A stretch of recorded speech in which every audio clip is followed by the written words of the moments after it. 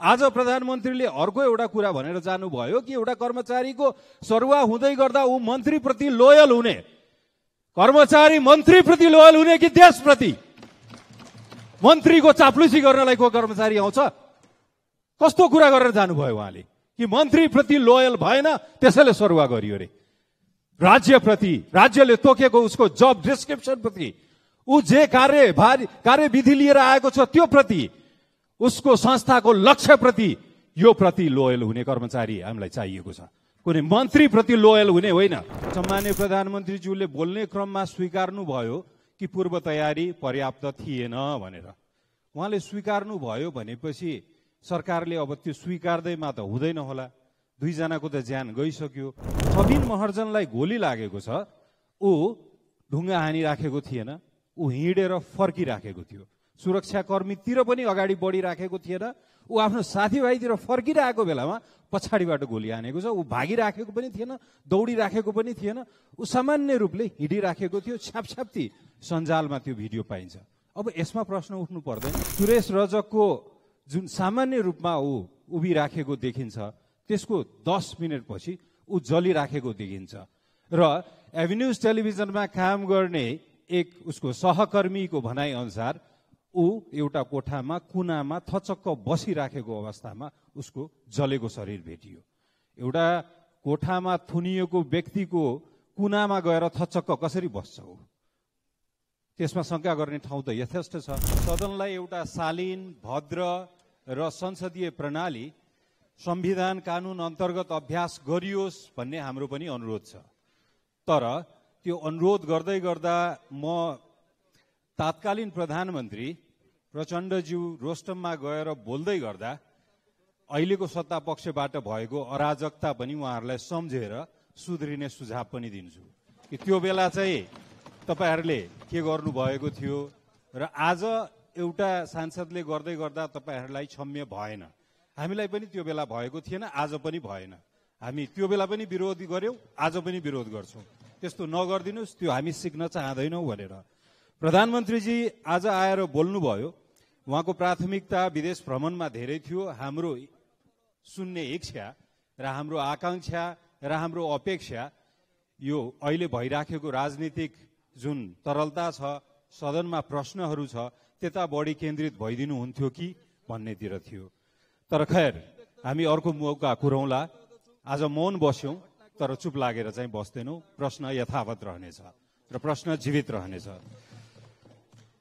अस्तिको चैत्र 15 को घटनामा पत्रकार सुरेश रजक र कृतिपुरका 29 वर्षीय सबिन महर्जन प्रति श्रद्धाञ्जली छ, परिवारप्रति समवेदना छ र यो घटनामा कुनै एउटा पक्षलाई दोष दिएर सरकार उम्किन पाउँदैन भन्ने हाम्रो त्यो एक किसिमको ठम्याइ पनि छ।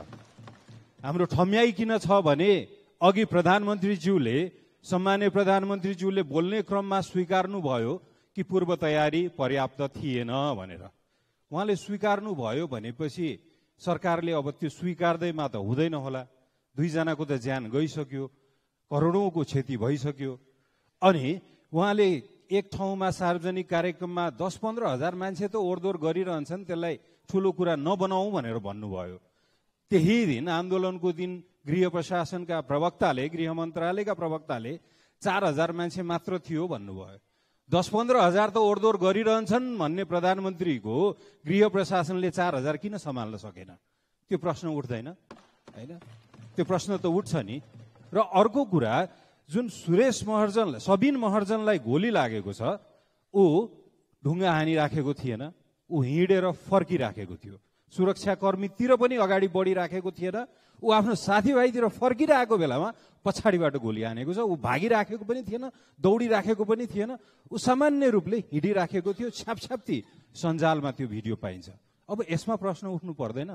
यसमा उच्च स्तरीय छानबिन आयोग हामी माग गर्दछौं र यसरी नै सुरेश रजकको जुन सामान्य रूपमा ऊ उभिराखेको देखिन्छ, त्यसको 10 मिनटपछि ऊ जलिराखेको देखिन्छ र एभिन्यूज टेलिभिजनमा काम गर्ने एक उसको सहकर्मीको भनाइ अनुसार ऊ एउटा कोठामा कुनामा थचक्क बसिराखेको अवस्थामा उसको जलेको शरीर भेटियो।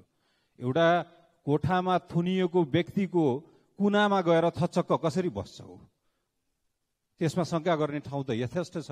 तसर्थ हामी यो चैत्र 15 गतेको कुनै एउटा पक्षलाई हैन, दुईटै पक्षलाई हामी जिम्मेवार रहन भन्छौं। त्यो अराजकता, त्यो उडन्तता प्रति हाम्रो कदापि कतै पनि समर्थन छैन, त्यसको विरोधी हौं हामी। हाम्रो प्रमुख सचेतकको गाडी जलाइयो, उहाँ बल्ल तल्ल त्यहाँबाट बस्नुभयो।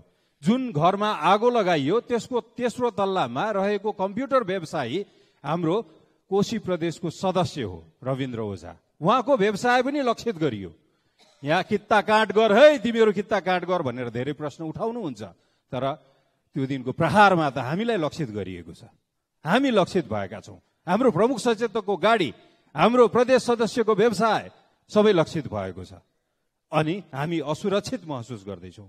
आज प्रधानमन्त्रीले अर्को एउटा कुरा भनेर जानुभयो कि एउटा कर्मचारीको सरुवा हुँदै गर्दा ऊ मन्त्रीप्रति लोयल हुने, कर्मचारी मन्त्रीप्रति लोयल हुने कि देशप्रति?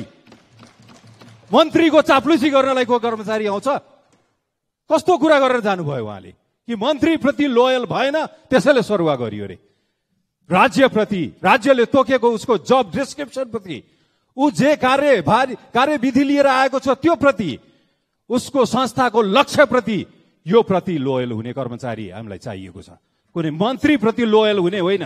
त्यसैले त्यो गलत आशय थियो कि त गलत संस्कार हो, त्यो दुईटा मध्ये एउटा कुरा हो। त्यो अवलम्बन हामी मान्दैनौं। त्यसैले गर्दा मन्त्री प्रति लोयल हुने प्रहरी, कर्मचारी यस्तो छोडौं संस्कार।